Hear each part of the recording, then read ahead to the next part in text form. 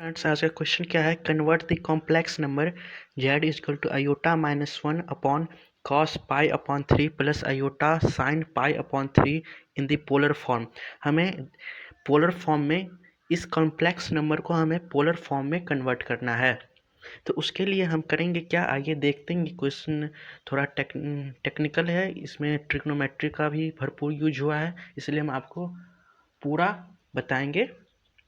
चलिए शुरू करते हैं। पहले हमारे पास कॉम्प्लेक्स नंबर है क्या, उसे हम लिख लेते हैं। z equal to iota minus one upon cos pi upon three plus iota sine pi upon three. अब देखिए, अब हमारे पास है cos pi upon three plus iota pi upon three. इसे हम क्या लिख सकते हैं? कॉस पाई अपॉन थ्री क्या होता है? One upon two plus sine pi upon three क्या होता है? Under root three upon two. चलिए लिख लेते हैं। तो क्या हो जाएगा? Iota minus one upon two plus under root three upon two iota. चलिए अब आगे हम करेंगे क्या, देखिए हमें पता होगा सो कॉम्प्लेक्स नंबर हमेशा किस फॉर्म में होता है। कॉम्प्लेक्स नंबर हमेशा इस फॉर्म में होता है, a प्लस आयोटा b। हम इसे भी इसी फॉर्म में लाएंगे तब आगे प्रोसेस करेंगे। चलिए हम इसे इस फॉर्म में लाने के लिए हम इसके कॉन्जुगेट से ऊपर नीचे मल्टीप्लाई करेंगे। तो ऊपर नीचे मल्टीप्लाई करते हैं इसे कॉन्जुगेट से, तो क्या हो जाएगा? One upon two minus under root three upon two, one upon two minus under root three upon two. अब चलिए, अब इसे मल्टीप्लाई करने के लिए हमें क्या करेंगे, यहाँ हम और इजी कर लेंगे इसका हम एलसीएम निकाल के। तो चलिए इसका पहले हम एलसीएम निकाल के इसे और इजी करते हैं। तो आयोटा माइनस वन, नीचे क्या हो जाएगा? Two, one plus under root three iota, और इसे हम कैसे लिख सकते हैं? टू ऊपर चले जाएगा, two iota minus one upon one plus under root three iota. अब यहाँ पर भी आयोटा होगा, सॉरी। अब चलिए, अब हम इसे तो कर सकते हैं ऊपर नीचे मल्टीप्लाई इजी वे से। तो चलिए हम ऊपर नीचे मल्टीप्लाई करते हैं इस नंबर से। Iota minus one upon one plus under root three iota into one plus under root three, one minus under root three conjugate से करना है ना, इसलिए माइनस होगा, फिर one minus under root three iota. इसका हमें सॉल्यूशन करने पर क्या आएगा आंसर, वो देखिए आएगा। टू का तो वैसे का वैसे हम लिख लेंगे, फिर इस दोनों में मल्टीप्लिकेशन करेंगे तो आंसर क्या आएगा? Iota plus under root three minus one plus under root three iota upon, और इस दोनों में हम मल्टीप्लाई करेंगे क्या हो, ये किस फॉर्म में हो जाएगा? X square minus y square के फॉर्म में हो जाएगा। तो one square minus under root three iota square. तो इसे हम कैसे लिख सकते हैं? Two into iota plus under root three minus one plus under root three iota upon one का स्क्वायर वन, और आयोटा स्क्वायर का वैल्यू क्या होता है? आयोटा स्क्वायर का वैल्यू माइनस वन होता है। तो माइनस वन और माइनस क्या हो जाएगा? प्लस में कन्वर्ट हो जाएगा, तो प्लस थ्री हो जाएगा, क्योंकि अंडर रूट थ्री का स्क्वायर थ्री होगा। अब इसे हम लिख सकते हैं ऐसे, two into iota under root three minus one plus under root three iota upon four. इतना तक तो समझ गए होंगे सब कोई। अब इसे हम काट देंगे तो क्या हो जाएगा, यहाँ लिख लेते हैं iota plus under root three minus one plus under root three iota upon two. चलिए आगे इतना तक तो हो गया। अब आगे करते हैं, अब देखते हैं हम इसे सेपरेट करते हैं। तो हम क्या लिख सकते हैं? Under root three minus one plus iota plus under root three iota लिख सकते हैं अपॉन टू। तब देखिए क्या हो जाएगा, अंडर रूट 3 माइनस 1, आयोटा को बाहर ले लेंगे तो क्या हो जाएगा 1 प्लस अंडर रूट 3 अपॉन 2। अब हम क्या करेंगे वो आगे देखते हैं। अब हम इसे ऐसे लिख सकते हैं under root 3 minus 1 upon 2 plus under root 3 plus 1 upon 2 iota. ऐसे तो हम लिख सकते हैं।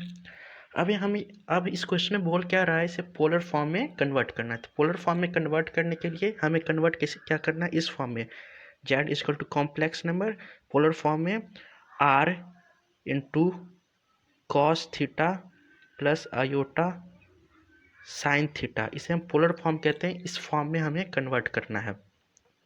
तो इस फॉर्म में कन्वर्ट करने के लिए हमें r निकालना पड़ेगा, और r कहते हैं क्या है, किसे हैं, मॉड्यूलस को कहते हैं। कॉम्प्लेक्स नंबर में r मॉड्यूलस को कहते हैं।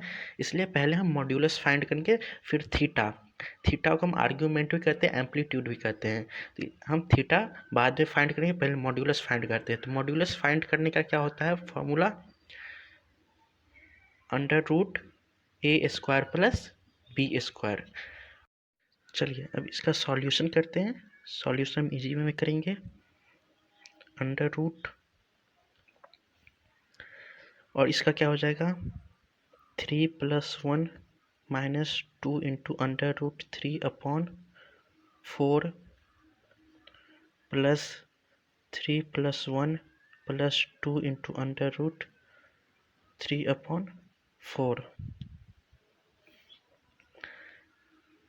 इसका सॉल्यूशन करने पर क्या आएगा आंसर,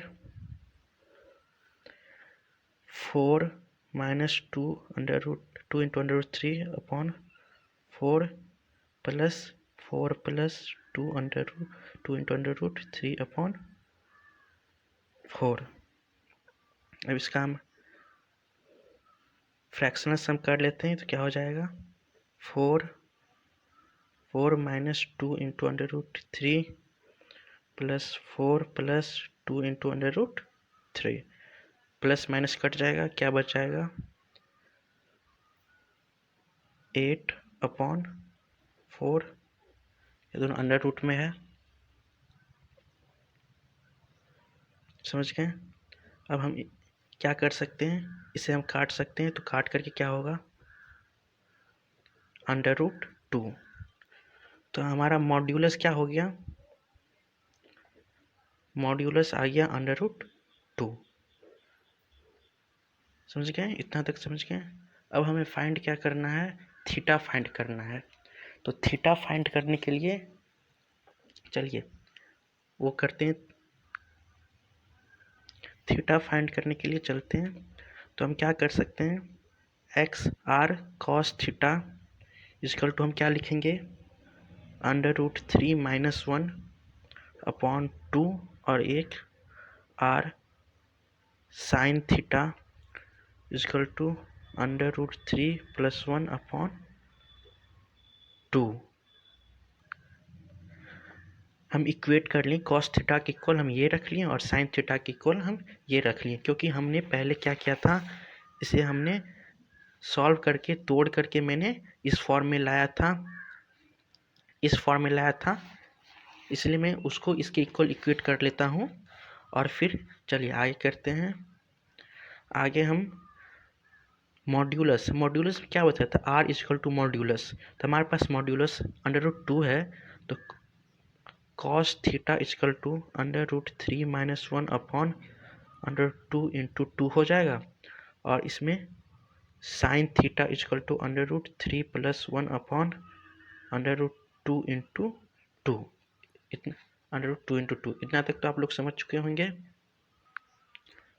अब हम यूज करेंगे थीटा फाइंड करने के लिए टोटल ट्रिग्नोमेट्री। अब कॉम्प्लेक्स नंबर को यहाँ तक आप छोड़ दीजिए, अब ट्रिग्नोमेट्री उसके आगे अब ट्रिग्नोमेट्री है। अब ट्रिग्नोमेट्री के द्वारा क्वेश्चन सॉल्व होगा। तो उससे पहले हम क्या करते हैं, पोलर फॉर्म का ग्राफ ड्रॉ करते हैं। तो ग्राफ क्या होता है, ऐसे होता है, ये एक्स एक्सिस मानते हैं, इसको वाई एक्सिस मानते हैं, ऑरिजिन 0, और ये कॉस थीटा कॉस ऑर्डिनेट मानते हैं। तो हम क्या लेंगे यहाँ पर अंडर रूट 3 माइनस 1 अपॉन 2 मान के चलिए यहाँ तक आता है।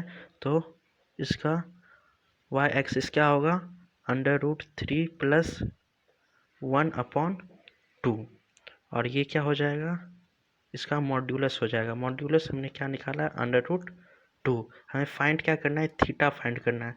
तो थीटा फाइंड करने के लिए हम क्या करेंगे, क्या लगाएंगे, tan थीटा इक्वल टू क्या होता है, P/B। P/B होता है।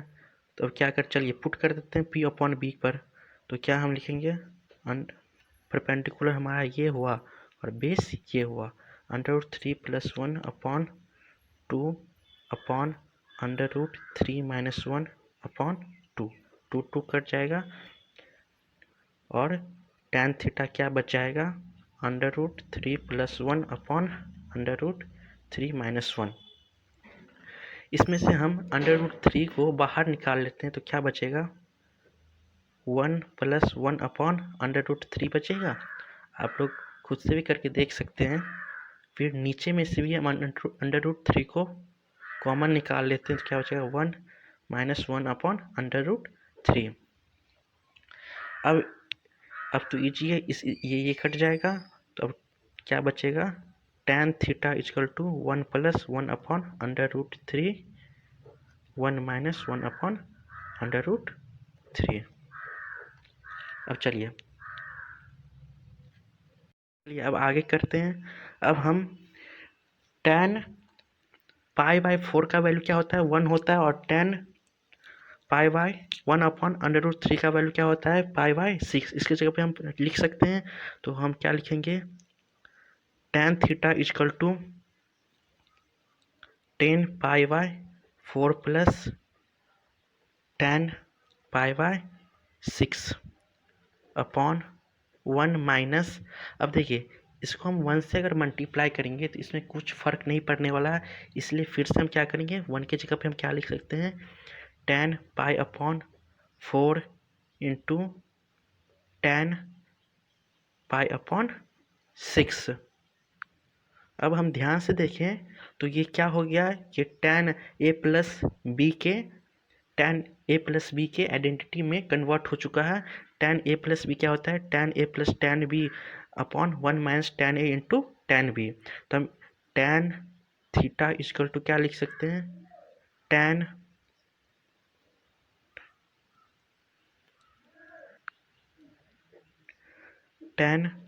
π/4 + π/6, ये हम लिख सकते हैं। अब चलिए, ये tan नहीं, tan तो हम पहले ही लिख चुका हूँ, तो tan फिर से मैं क्लियर करके लिख देता हूँ, tan π/4 + π/6। इतना तक तो हो चुका है। अब चलिए, अब इसका हम सम कर लेते हैं। तो सम क्या आएगा, 4 6 का एलसीएम 12, 4 3 ज़ा 3π, 6 2 ज़ा 2π, तो tan 5π/12। नाउ हमने क्या निकाला, tan थीटा। तो थीटा क्या निकला हमारा, थीटा निकला 5π/12। अब हम क्या करेंगे, अब एंड स्टेप पर आ चुके हैं। अब हम क्या करेंगे, जो भी निकाले हैं उसे हम पुट कर देंगे इसका वैल्यू। तो ये पोलर फॉर्म में है कॉम्प्लेक्स नंबर, तो z इक्वल टू r का वैल्यू हम क्या निकालते हैं, √2 इंटू कॉस थीटा का वैल्यू क्या निकला, 5π/12 प्लस आयोटा साइन 5π/12।